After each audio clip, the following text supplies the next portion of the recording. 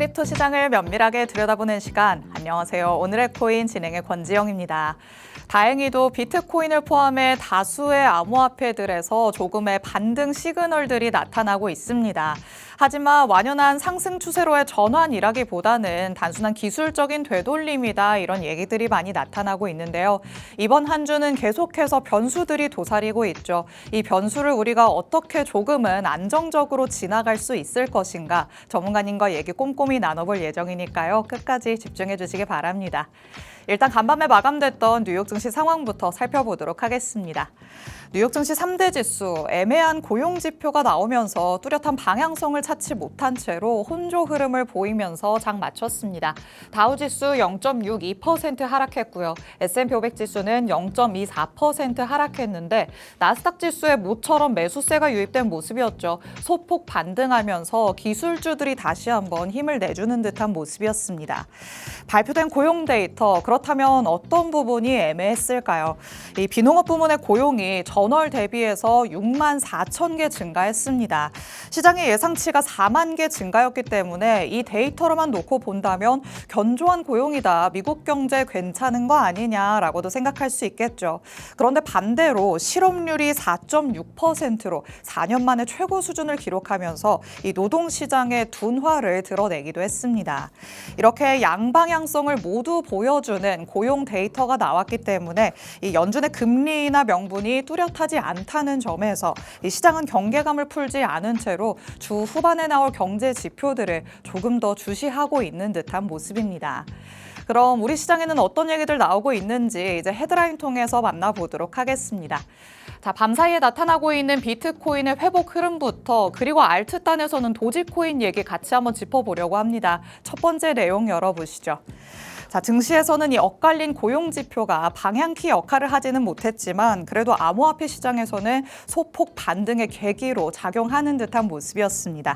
금리 인하에 대한 명분도 없지만 반대로 또 금리 인하 속도를 늦출 명분도 없다. 암호화폐 시장은 이렇게 해석을 한 거죠. 비트코인의 가격이 85,300달러대까지 내려가기도 했었지만 밤사이에 86K를 회복해내고 지금은 87K 위로 올라와 있는 모습입니다. 특히 지금 시점에 또 코인베이스에서는 기관의 매수로 추정되는 거래량이 수직 상승한 점도 포착이 됐습니다. 이런 현상을 두고 한 분석가는 아무 이유 없이 벌어지는 일은 아닐 것이다 라고 얘기를 하기도 했습니다. 그럼에도 아직까지는 신중론이 조금 우세하다라는 부분 체크를 해보셔야 될 것 같습니다. 지금까지 나타나는 반등, 단순한 기술적인 되돌림일 뿐이다, 이런 의견들도 전해지고 있는데요. 8만 달러를 하회할 가능성도 여전히 크게 자리 잡고 있는 만큼 이번 주가 지나갈 때까지는 시장에서 조금 한 발짝 떨어져서 지켜보시는 게 어떨까라는 생각도 듭니다. 자, 그럼 두 번째 내용으로 넘어가 보도록 하겠습니다. 이번에는 도지코인 얘기 오랜만에 같이 한번 나눠볼 텐데요. 도지코인도 최근에 조금은 큰 폭의 하락을 보여왔었죠. 그런데 이제는 기술적인 수렴 구간에 진입하고 있다, 이런 분석들이 전해지기 시작했습니다. 도지코인의 차트를 보면요, 하락 삼각형 구조에서 꼭지점에 점점 도달하고 있는 듯한 모습입니다. 가격이 상당히 압축되고 있는 만큼 이제는 하방 이탈이나 아니면 상방으로의 탈출, 두 가지 시나리오가 모두 가능하다는 진단들이 나오고 있는 겁니다. 지금 지켜주고 있는 0.13달러, 이 라인이 붕괴가 된다면 추가적인 하락 가능성이 더 크게 열릴 것이다, 이런 부분도 염두에 두셔야 될 것 같고요. 반대로 상단의 추세성을 상향 돌파하게 된다면 단기적으로는 조금 안도랠리가 나올 수도 있겠다라는 부분까지 우리가 확인해 볼 수 있겠습니다. 향후 일주일 내의 흐름이 굉장히 중요할 것으로 보이죠. 도지코인의 가격이 과연 이 삼각형대에서 어느 방향으로 벗어나게 될지 조금 더 관심을 두고 지켜보시기 바랍니다. 자, 이렇게 살펴볼 수 있는 이슈 두 가지 만나봤습니다. 실시간 시장 분위기 한번 확인해 보시죠. 전일 이 시간 대비해서 그래도 비트코인이 조금 힘을 내주는 모습입니다. 말씀드렸던 것처럼 87,000달러대 위로 올라와 있는 모습이죠. 전일 이 시간 대비해서는 1.24%가량 상승하고 있는 모습입니다. 반면에 이더리움은 아직까지도 조금 아쉬운 흐름 나타나고 있습니다. 어제 대비해서도 아직 0.88% 내림세 보여주고 있죠. 이더리움은 3,000달러를 빠르게 조금 회복 회복해주는 모습이 나타나야 될 것 같은데 이 3,000달러를 잘 중점적으로 두고 체크를 해보시면 좋을 것 같습니다. 그래도 XRP, 솔라나 너나 할 것 없이 메이저 코인들이 다수가 올라주고 있습니다. 밈코인 단에서는 그런데 조금 혼조 흐름이 나타나고 있죠. 이슈로 짚어봤었던 도지코인은 1% 넘게 오르고 있지만 그 밑에 단에서 시바이누, 페페까지는 아직 온기가 확산되지 않았다라는 점까지 체크를 해보시기 바랍니다. 자, 이렇게 시장이 조금씩 꿈틀거리는 위로 조금 올라가려는 듯한 모습이 선별적으로 나타나고는 있습니다. 어제보다는 조금 양호하다라는 얘기를 할 수 있을 것 같은데요. 이때 전문가님은 시장을 어떻게 진단하실지 지금부터 얘기 꼼꼼하게 들어보도록 하겠습니다. 잠시 후에 전문가님과 돌아오도록 하겠습니다. 오늘의 코인 가자!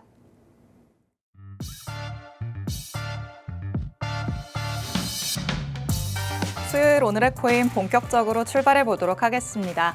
저희 방송 55분까지 진행될 예정인데요. 방송 끝나고 나서도 시장과 관련된 이슈들 계속 업데이트 받고 싶다라는 분들 위해서 하단에 QR코드 마련해 뒀습니다. 이 QR코드 스캔해서 정보방으로 입장하시면 저희 방송 끝난 직후부터 전문가님의 전략 24시간 동안 받아가실 수 있습니다. 이번 한 주 굉장히 중요하다 계속해서 말씀드리고 있죠. 험난할 것으로 예상되는 이번 한 주 전문가님의 전략들 제대로 한번 챙겨가 보시기 바랍니다.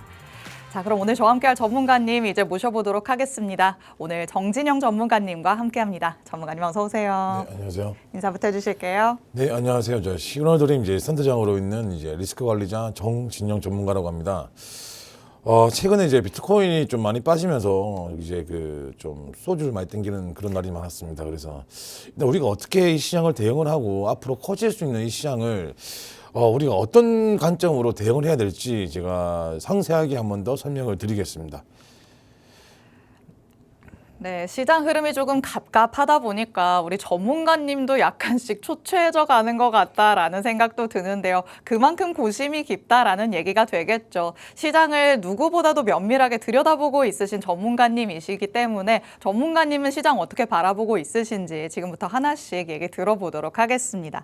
자, 일단 지난 방송에서 우리가 비트코인이 조금 박스 안에 갇혔다, 답답한 흐름이다라는 얘기를 했었는데요. 그 이후로 또 한 차례 내려가는 모습이 나왔잖아요. 네, 맞습니다. 오늘 조금 다시 올라오고는 있지만 여전히 제자리다라고도 볼 수 있겠죠. 네, 맞습니다. 일단 제가 사실 저 같은 경우는 이제 올라갈 거라는 또 관점을 보고 있었는데 이렇게 좀 과감하게 빠질 줄 생각도 못했습니다. 네.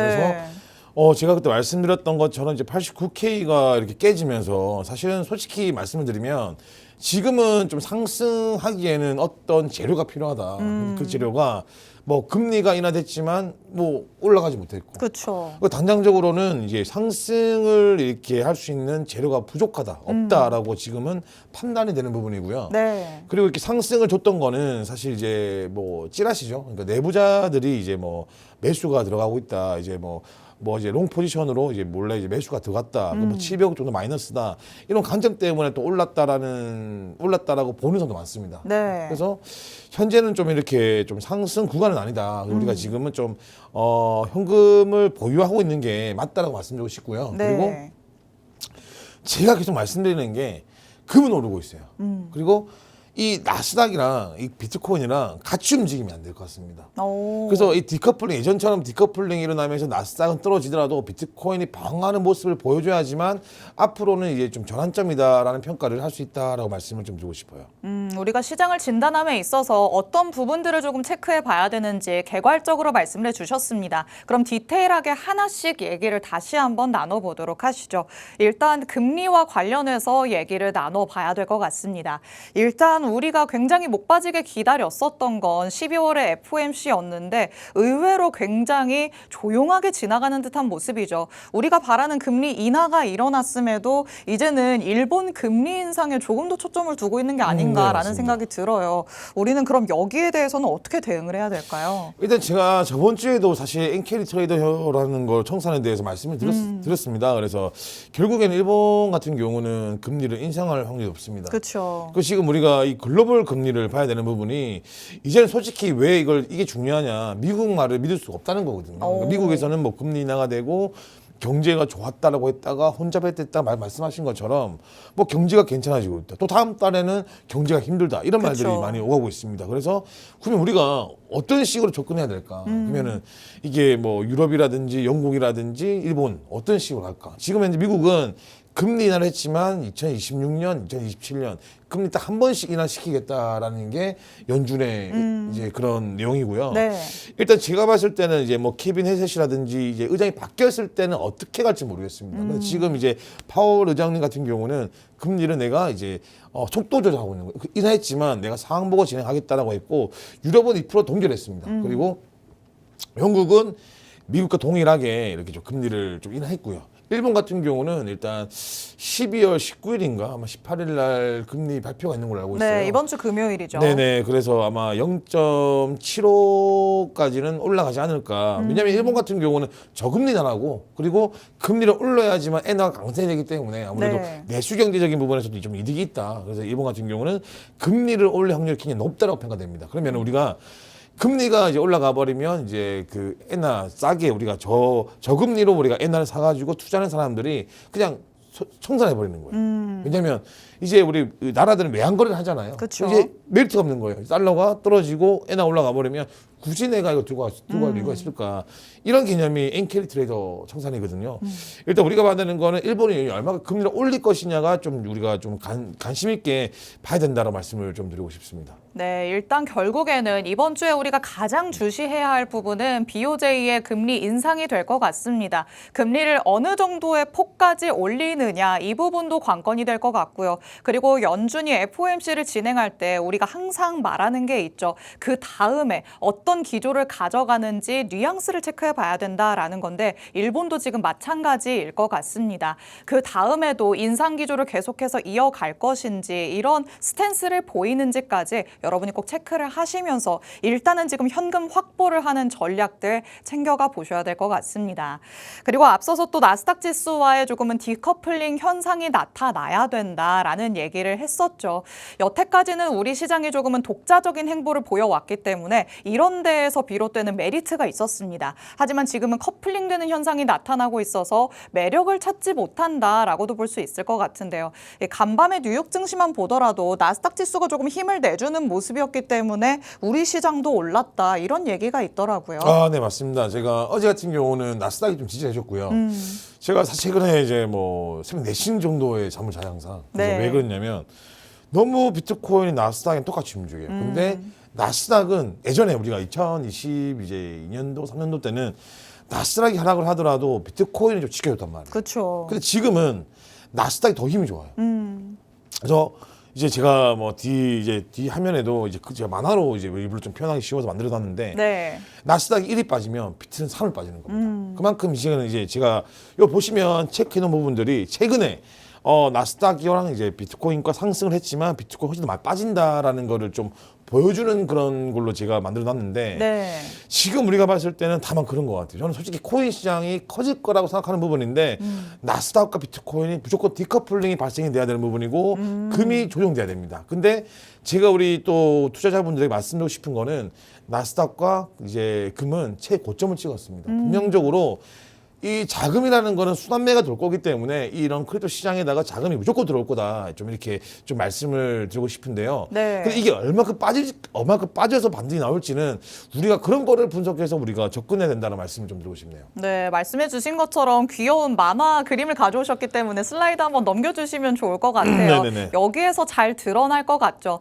나스닥이 올라갈 때는 우리가 조금만 따라가는 모습이다가 하락할 때는 오히려 나스닥 지수보다 더 크게 하락하는 모습들이 나타나고 있습니다. 결국에는 이런 연결고리를 조금 끊어내야 우리 시장이 성장할 수 있다. 이런 말씀이시죠? 네, 맞습니다. 네네. 그래서 그냥 간단해요. 저는 투자라는 거를 복잡하게 생각하실 필요가 없어요. 뭐 투자를 잘하시는 분들은 뭐 레포 시장이든 뭐 이제 뭐 실제 금리 부분 다 필요 없고 어차피 이 비트코인 이제 독자적인 부분이거든요. 그러니까 이게 사실 이렇게 말하잖아요. 그러니까 뭐 달러 대체다. 이런 말이 아니고 이 비트코인은 예전부터 디지털 고도다. 금 대체할 수 있는 거다. 맞아요. 이런 말이 있기 때문에 금이 떨어지면 비트코인 올라간다. 근데 이 비트코인 올라가려면 나스닥과 디커플링이 이루어져야지만 올라갈 수 있다라는 생각으로 해서 이게 비트코인과 나스닥이 어느 시점부터 디커플링이 일어나는지를 보고 상승장이 올 수도 있겠다는 관점을 가지는 게 좀 이제 좀 리스크 줄임 방법이 아닐까라고 말씀을 좀 드리고 싶습니다. 좋습니다. 일단 전문가님께서는 항상 장기적으로 봤을 때는 우리 시장의 성장성은 뭐 의심할 여지가 없다라는 얘기를 해주십니다. 하지만 그렇게 되기 위해서는 몇 가지 전제 조건이 있다라는 부분을 얘기를 해주신 건데요. 일단 뉴욕 증시, 특히 나스닥 지수와 조금은 다른 행보를 보이기 시작해야 된다라는 부분을 첫 번째 포인트로 잡을 수 있을 것 같고요. 그리고 금이 일단 최고가에 계속해서 도달하고 있는 상황이죠. 계속해서 연일 최고가를 경신하고 있기 때문에 이쪽으로 자금이 쏠릴 수밖에 없는 게 사실입니다. 여기에서 하락하는 모습이 나타나야 우리 시장으로 자금이 다시 한번 들어오지 않을까 예상을 해볼 수 있을 것 같은데요. 이런 몇 가지의 전제 조건들 어떻게 진행이 되고 있는지까지 조금 더 넓은 시야를 가지고 체크해 보시면서 우리 시장의 상승 시그널을 포착을 해보시면 좋을 것 같습니다. 자, 그렇다면 우리는 시장이 빠르게 조금 제자리로 돌아와 주기를 바라고 제자리를 뛰어넘어서 그 위로 올라가기를 바라고 있는데 언제 이런 황금기가 나타날 수 있을지 전문가님과 다시 한번 정리해 보도록 하겠습니다. 결국에는 우리 시장이 조금 더 폭발적인 랠리를 보여주려면 어떤 부분들을 조건을 충족을 해야 될까요? 제가 방송 중에 계속 말씀을 드렸지만 일단 달러 인덱스가 95 정도 이하로 떨어지는 게 가장 좋은 부분이고요. 그런데 지금 그 뭐 달러 인덱스가 또 이렇게 금리 인하가 되더라도 지키는 경우가 있긴 합니다만 비트코인 같은 경우는 엄청 예민한 친구라서 일단 달러 인덱스와 금이 조정을 돼야 되는 부분이고요. 그래야지만 사실 지금은 이제 이래 보시면 돼요. 왜 금값이 오를까? 정말 간단하게 세계 정서가 불안정하다라고 보면 되는 부분이고 그렇기 때문에 코인 시장에서는 스테이블 코인으로 이제 뭐 많이 보유를 하고 있습니다. 그리고 또 그런 이제 자금들이 기관들이 좀 금에다가 투자를 하고 있다. 사실 또 제가 이제 이런 시장을 봤을 때는 금이 올라가는 것도 좀 호수다라는 느낌이 많이 들더라고요. 그래요? 고조 올리고 있다. 그래서 제가 비트코인이 상승이 언제 올 거라고 이제 여쭤보면 뭐 제 개인적 생각으로는 한 2, 3월 달 정도는 올라가지 않을까라고 생각하고 그래요. 있습니다. 근데 중요한 우리 게 예측 시기가 점차 늦춰지는 게 저는 조금 속상하게 근데 제가 이걸 말씀을 드리고 싶은 게 일단 상승을 하기 위해서라면 96K를 돌파했어야 되는 부분인데 밀려버렸습니다. 그러면 그렇죠. 우리 입장에서는 한 번에 올라가기를 바라는 게 아니고 리스크를 관리해서 더 떨어질 수도 있기 때문에 현금화를 해야겠다 이런 마인드로 좀 접근하는 게 리스크를 줄 수 있다라고 말씀을 드리고 싶은 거죠.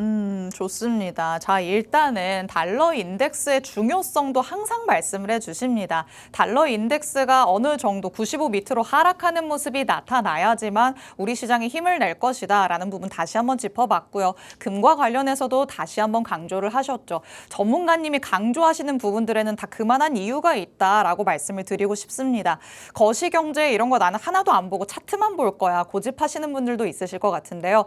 물론 그런 전략들이 맞아 떨어진 경우도 있었겠죠. 하지만 요즘같이 경제가 불안한 상황 안에서는 매크로 이슈에 영향을 받을 수밖에 없습니다. 거시적인 경제, 많은 이슈들을 같이 한번 통틀어서 살펴보시면서 지금은 조금 보수적인 전략들 챙겨가 보시기 바랍니다.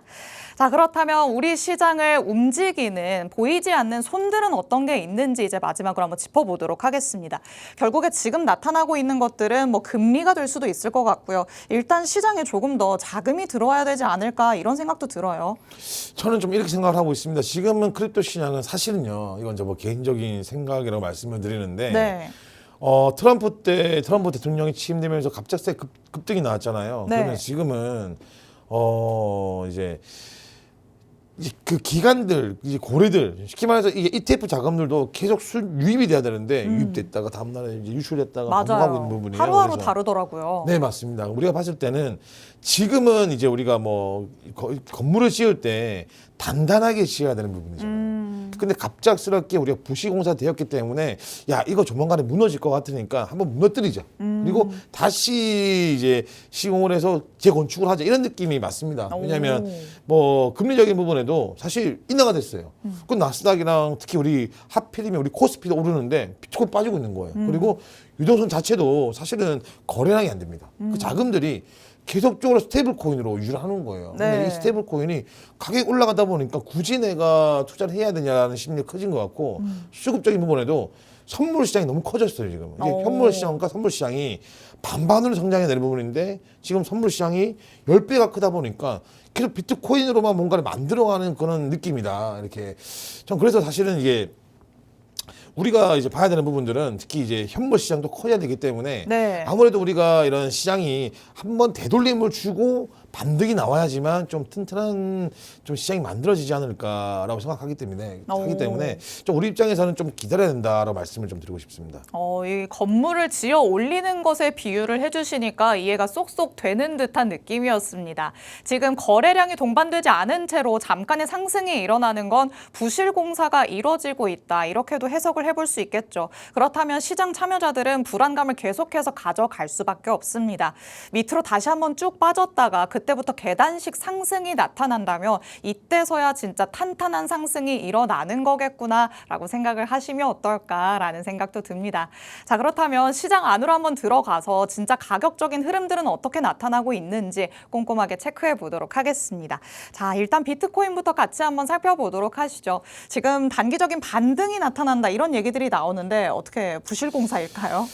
저는 사실 이번에 좀 이탈되면서 사실 94K까지 반등을 줬다가 저 96K를 무조건 찍을 거라고 생각을 좀 했던 부분인데 생각외로 96K를 찍지 못했어요. 그리고 네. 무너질 때 너무 강하게 무너졌기 때문에 지금은 좀 비트코인이 상승이 될 것이냐라고 말씀을 여쭤보신다면 네. 상승 힘들다라고 말씀을 좀 드리고 오. 싶습니다. 왜냐하면 사실 이제 96K를 찍었을 때는 이제 우리가 비정형 여기 이제 헤드 앤 숄더라는 그런 차트 그림이 만들어졌다가 이게 무너져 버렸어요. 네. 아까 우리 앵커님이 말씀하신 것처럼 차트적으로는 상승이 맞았는데 유도 없이 크랙이 나버렸어요. 오. 그래서 지금 차트 다시 만들어졌는데 제가 밑줄 끈 것처럼 저는 개인적으로 한 67K, 70K까지 빠져야지만 좀 와. 우리가 그런 물량들을 좀 흡수하지 않을까라는 생각을 하고 있는 부분이고요. 그리고 네. 만약에 반등을 지금 준다면은 일단은 이제 89K를 지지를 해야 된다라고 생각을 합니다. 그러니까 제가 계속적으로 이제 우리 그 비트코인이 중요하다라고 말씀을 드리는 거는 네. 비트코인이 튼튼해야지만 우리가 사실 이런 알트코인이든 기타적인 시장도 좋아질 수가 있기 때문에 말씀을 드린 부분이거든요. 그러면 우리 이제 투자하시는 분들이 생각하는 거는 89K를 지지를 하는지 그리고 우리가 이제 점진적으로 상승을 하더라도 89K는 깨지면 안 된다라고 말씀을 좀 드리고 싶어요. 왜냐하면 89K 보시면 우리가 잠시만요. 우리가 보시면은 네. 여기 이 박스가 사실 그 행보하는 박스거든요. 그렇죠. 굉장히 작은 박스가 생겼죠. 네, 맞습니다. 항상 비트코인은 여기서 지지를 하고 반등을 주는지 하락하는지를 보여주는 그림이라서 일단 지금은 이제 밀렸다라는 게 맞습니다. 그리고 어떻게 보시면은 현재 이것도 아직까지는 여기 지킨다면 우리가 또 역헤드 앤 숄더라는 그림을 그려지면서 상승을 줄 수 있지만 지지를 못한다면은 우리가 더 빠질 수도 있다. 그래서 지금은 사실 시장 참여를 하는 것보다는 좀 이렇게 관망을 하는 게 맞다라고 말씀을 좀 드리고 싶습니다. 좋습니다. 일단 저희가 앞서서부터 공사와 비유를 해왔었는데요. 비트코인을 살펴보는 게 공사를 함에 있어서 뼈대, 이 골자를 올린다라고 좀 보시면 될 것 같습니다. 비트코인 일단 67에서 70K 정도까지는 쭉 빠져줘야 오히려 그때부터 단단한 상승이 나타날 거다. 전문가님께서는 이렇게 바라보고 있으신데요. 여기까지 내려가지 않았으면 좋겠다라는 마음이 크시겠죠. 단기적으로는 89K에서 지지를 잘 받아주는지부터 비트코인의 관점에서 잘 살펴보시기 바랍니다. 오늘 저희가 준비한 내용은 여기까지입니다. 본 방송에서 제공해드리는 정보는 투자 판단에 대한 조언일 뿐 해당 자산의 가치 또는 상승 하락을 보장하지는 않는다는 점 유의해 주시기 바랍니다. 저희는 내일 이 시간에 다시 찾아뵙도록 하겠습니다. 시청해주신 여러분 고맙습니다.